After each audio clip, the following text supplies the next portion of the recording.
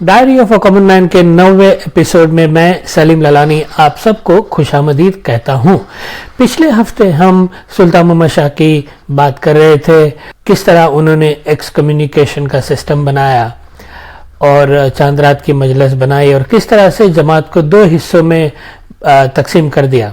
उन बातों में से एक बात मैंने ये कही थी कि इस्माइलियों की तरह जाहिल आज मिलना मुश्किल है।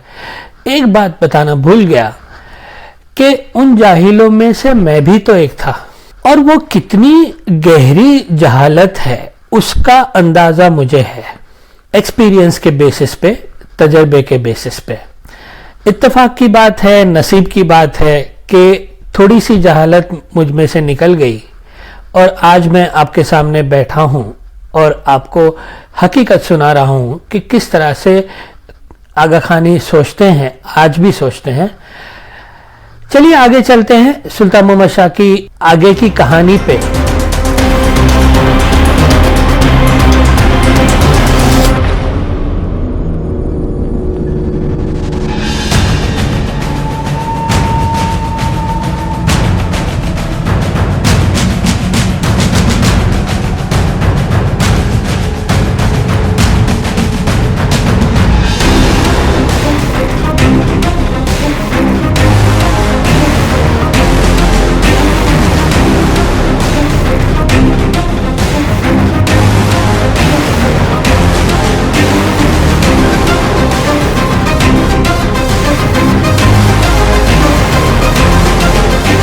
जब वर्ल्ड वॉर खत्म हुआ तब वो जो ब्रिटिश गवर्नमेंट ने उनको एक मुलाजमत दी थी कि भाई आपको हमारा स्पाई बनना है, हमारी आंखें हमारा कान बनना है इंडिया में और दूसरे ममालिक में भी। तो वो वर्ल्ड वॉर 2 जब खत्म हो गया तब उनका वो काम खत्म हो गया, वो मुलाजमत खत्म हो गई और इसकी वजह से जो है कि उनको बहुत ही मतलब मैंने पहले भी कहा था कि निकाल तो उन्होंने नहीं दिया अपनी सिस्टम में से, लेकिन उनको नजरअंदाज करने लगे। और ये वक्त जो है वर्ल्ड वॉर 2, आपको मालूम है कि 1945 में वर्ल्ड वॉर 2 खत्म हुई। अब आपको ये समझना है कि 45 में सुल्तान मोहम्मद शाह की उम्र भी काफी बढ़ने लगी थी और उनको काफी सारी बीमारियां भी पकड़ने लगी थी। बड़ा लंबा लिस्ट है उन बीमारियों का, जो अभी हम उसमें नहीं जाएंगे, लेकिन बहुत ही ज्यादा बीमार रहने लगे थे उसके बाद। अब वक्त आ गया था कि अपने जानशीन को वो मुकर्रर कर लें। अब जानशीन में कौन हो सकता है? 2 ही तो बेटे थे, एक अली और एक सदरुद्दीन। अली बड़ा बेटा था, सदरुद्दीन छोटा बेटा था। जाहिर सी बात है, जो रिवायत थी कि बड़े बेटे को जो है कि इमाम बनाया जाता है, तो उन्होंने डिसीजन ये लिया, ये 1945 में नहीं बल्कि 1937 में डिसीजन लिया था कि अली उनका जानशीन होगा। हालांकि अली को उनसे कोई ज्यादा मोहब्बत नहीं थी, हमने ये बात कर ली है पहले, लेकिन क्योंकि बड़ा बेटा था तो उसको उन्होंने जानशीन बनाया। इसका सबूत क्या है? इसका सबूत यह है कि 1937 में अली को उन्होंने सीरिया भेजा ये पैगाम के साथ कि अली मेरा जानशीन है, इसको वही नजर से देखना जिस नजर से आप मुझे देखते हो, अपना इमाम समझ के इसका इस्तेकबाल करना और उसको बैयत देना। लोगों ने बैयत दी सीरिया में और अली से उनको इतनी मोहब्बत हो गई कि जब वो आखिर में जब वो इमाम नहीं बनते हैं, कोई और बनता है, तो सीरिया में काफी हंगामा हुआ इस बात को लेकर कि अली क्यों नहीं। लेकिन चलो वो भी एक अलग कहानी है। तो जानशीन के तौर पे सुल्तान मोहम्मद शाह ने भेजा अली को। 54 में उन्होंने ये बात प्रेस को बताई कि अली मेरा जानशीन है। अब अली का क्या है कि अली तो 2 दफा मतलब उसकी अनाउंसमेंट हो चुकी है कि वो दूसरा आगा खान बनेगा आइंदा, तो उसके दिल में तो शक नहीं था और उसके दिल में लड्डू फूट रहे थे, है ना, कि सदरुद्दीन को नहीं बनाया, मुझे बनाया। और वही एक कड़ी थी वो चेन में, वो लिंक थी कि जिस लिंक ने उसको अपने बाप से बांध के रखा हुआ था कि आज नहीं तो कल मेरा बाप मुझे आगा खान बनाएगा। अब आगे बढ़ते हैं कि 1954 में उन्होंने ये अनाउंसमेंट फिर से किया कि मैं अली को बनाता हूं, लेकिन अगले साल 1955 में एक वाकया हो गया। अब ये वाकया हकीकत में जिम्मेदार है अली को आगा खान नहीं बनाने का कि क्या है, वो आप डिसाइड कर लो। मैं जो हकीकत है आपको बताता हूं। 1956 में सुल्तान मोहम्मद शाह ने यूटर्न मार दिया कि अब जो है कि मेरा जानशीन कौन होगा ये मेरे मरने के बाद ही पता चलेगा, किसी को भी नहीं पता चलेगा, अली को भी नहीं, सदरू को भी नहीं, किसी को भी नहीं पता चलेगा कि मेरा जानशीन कौन होगा। अभी तक तो वो अली को बोल रहे थे कि अली बनेगा, लेकिन अब 56 में ये बोल रहे हैं कि भाई नहीं बनेगा। इसकी कहानी मैं आपको सुनाता हूं। ब्रिटिश पार्लियामेंट में एक बहुत ही बड़ा अफसर था, सर गिलबर्ट लेथवेट। उसका एक मेमो है, आज भी इंडिया लाइब्रेरी में है, ब्रिटिश लाइब्रेरी के अंदर, इंडिया ऑफिस की लाइब्रेरी में है।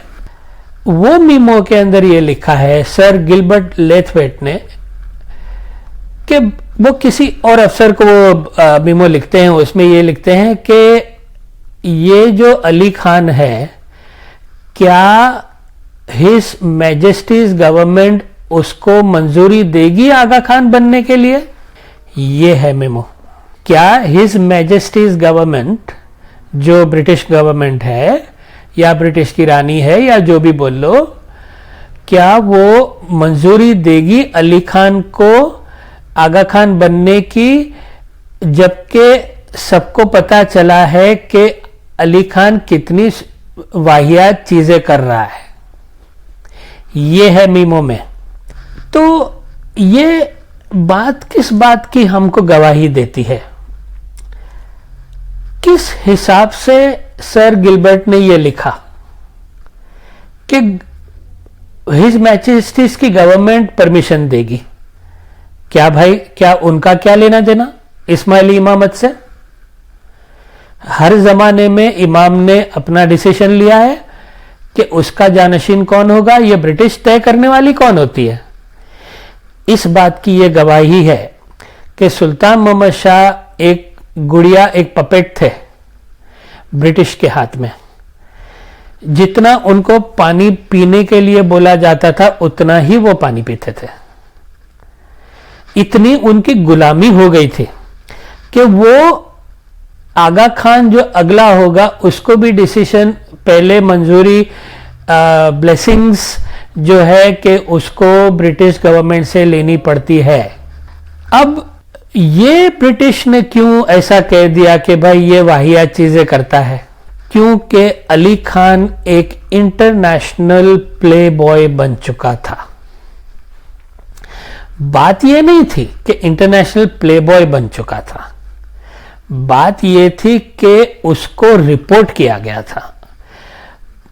अली खान का जब जमाना आया तब टेलीकम्युनिकेशन थोड़ा बढ़ गया था, प्रेस मीडिया वगैरह थोड़ा काफी आगे बढ़ा था, और उन्होंने इस चीज को लेकर काफी उछाला। उनको तो मजा आता है ना ऐसी चीजों में, बहुत उछाला। न सिर्फ प्रेस ने उछाला, बल्कि हम जब अली खान की कहानी करेंगे आइंदा, तब हम देखेंगे कि कितनी औरतों ने यह बात उनके बारे में कही है। तो एक झूठा हो सकता है, दो झूठे हो सकते हैं, एक पेपर वाला झूठा हो सकता है, दो झूठे हो सकते हैं, सब तो नहीं हो सकते ना। तो इतनी शोहरत उसकी फैल चुकी थी कि ये हर दूसरे दिन एक दूसरी लड़की आ गई, गर्लफ्रेंड, ठीक है, शादीशुदा, काफी औरतें शादीशुदा, और बड़े बड़े नाम। और वो कितने बड़े बड़े नाम थे उन औरतों के, वो आइंदा हम एपिसोड में बात करेंगे। लेकिन अभी जो है कि सुल्तान मोहम्मद शाह के गले में कांटा फंस गया, और ये कांटा कोई मामूली कांटा नहीं था। ये बात जो है कि इतनी बड़ी हो गई थी कि उनकी इमामत पे अब बात आ गई जाकर। क्योंकि अगर अली खान को नहीं बनाते हो तो फिर एक रिवायत थी कि बाप बेटे को बनाता है। अब सदरुद्दीन को भी नहीं बनाया, उसकी भी हम कहानी 1 मिनट में करेंगे, लेकिन हम थोड़ा पीछे जाते हैं। अली खान तो प्लेबॉय था, दुनिया को मालूम थी। सवाल तो यह है कि क्या सुल्तान मोहम्मद शाह नहीं थे? क्या सुल्तान मोहम्मद शाह ने गोरी औरतों के साथ रंगरलियां नहीं मनाई थी? आप बताइए। सबूत है इन बातों के। दोनों प्लेबॉय थे, फर्क क्या था? फर्क सिर्फ इतना था, 2 फर्क थे। जैसे मैंने पहले बोला कि मीडिया इतनी पावरफुल नहीं थी जितनी अली खान के जमाने में थी, लेकिन उससे भी बड़ा फर्क यह था कि अली खान बहुत ही ज्यादा सीधा स्ट्रेट फॉरवर्ड आदमी था, पॉलिटिशियन नहीं था। वो उसको चालबाजी नहीं आती थी। हालांकि प्लेबॉय था, लेकिन उसके अलावा अगर कोई हीरो होता है, फिल्मों का कोई हीरो होता है, वो अली खान था। उसकी मजीद बातें हम बाद में करेंगे। लेकिन सुल्तान मोहम्मद शाह जो है कि चालाक थे, कनिंग माइंड जिसको बोलते हैं, शातिर। किसको किस तरह टोपी पहनानी है, किसको किस तरह क्या बोलना है, क्यों बोलना है, कब बोलना है, ये सुल्तान मोहम्मद शाह को आता था, अली खान को नहीं आता था। इसलिए उसकी बदनामी अली खान की बहुत ज्यादा हुई। ये 2 बाप बेटे में फर्क था। अब जो है कि ये अली जो है कि सुल्तान मोहम्मद शाह के गले का कांटा बहुत ही बड़ा कांटा बन चुका था। कांटा तो वो वैसे भी बन चुका था, ठीक है, वो तो अलग बात है, लेकिन ये बहुत बड़ा कांटा हो गया कि अब जो है कि अगर इमाम ये नहीं बना तो अब कौन बनेगा? अब सदरू को नहीं बनाया, बड़े भाई को छोड़कर छोटे भाई को बनाए। ऐसे कभी होता है? नहीं होता है। हमने देखा था पिछले हिस्ट्री में इनके कि भाई निजार बड़ा भाई था, छोटा भाई बन गया, काफी हंगामा हो गया, इस्माइलिज्म टूट गया 2 हिस्सों में। तो सुल्तान मोहम्मद शाह को यह डर लग गया कि भाई ये तो इस्माइलिज्म को टूटने की बारी आ गई है, अब क्या किया जाए? अब यहां पर जो है कि ब्रिटिश का प्रेशर है, वहां पर इसकी इतनी सारी बदनामी है कि मुरीद जो है उनके, वो भी थू थू कर रहे हैं कि ये क्या है भाई, अब तो ये बात आ गई। तो वो क्या करते हैं वो अभी देखेंगे थोड़ी देर में हम। ये वजह थी यू टर्न उन्होंने जो मारा सुल्तान मोहम्मद शाह ने, कि अभी तक तो अली था जानशीन, ऑल ऑफ अ सडन 56 के अंदर वो इस फैसले से मुंह कर जाते हैं। अब जो है कि वो दिन आखिर आ ही गया कि जो आना था। रात के 12:10 हुए थे, 11 जुलाई थी, साल था 1957। वर्सवा करके एक जगह है जिनीवा में, वहां पर इनका एक विला है सुल्तान मोहम्मद शाह का। वो विले में अपने डेथ बेड पे वो सोए हुए हैं। 12:10 पे उनकी सेक्रेटरी मिस विटेकर बाहर आती है हॉल में, जहां पर दुनिया की जमात बैठी हुई है, जहां पर सारी फैमिली मेंबर्स बैठे हुए हैं। मिस विटेकर अनाउंस करती है कि हिज हाइनेस गुजर चुके हैं। और इस्माइली हिस्ट्री में ये एक बहुत ही बड़ा पन्ना उलट जाता है। सुल्तान मोहम्मद शाह चले जाते हैं।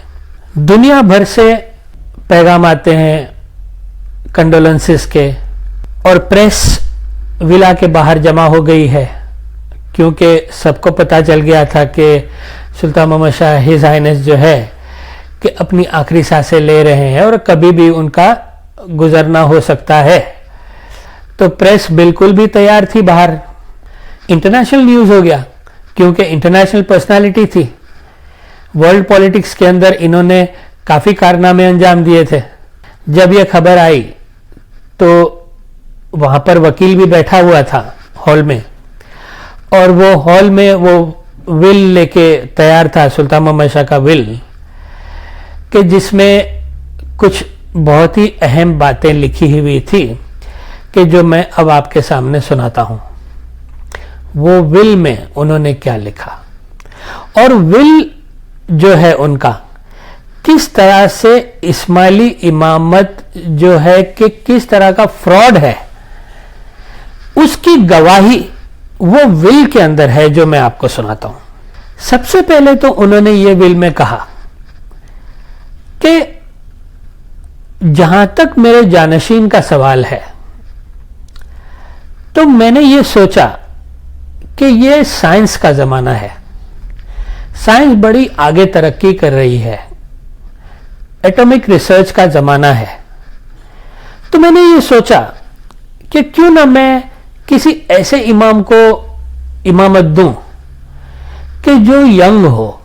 हालांकि अली खान इतने उम्र के नहीं हुए थे, ठीक है, 40-45 की उम्र थी उनकी, लेकिन आपको तो मालूम है उन्होंने क्यों अली खान को नहीं किया था अपॉइंट। तो उन्होंने ये कहा विल के अंदर कि मैं चाहता हूं कि जो है कि कोई यंग बंदा बने साइंस की वजह से, कि जो इस्माइली जमात को आगे से आगे लेकर जाए। ठीक है ना, वेरी गुड।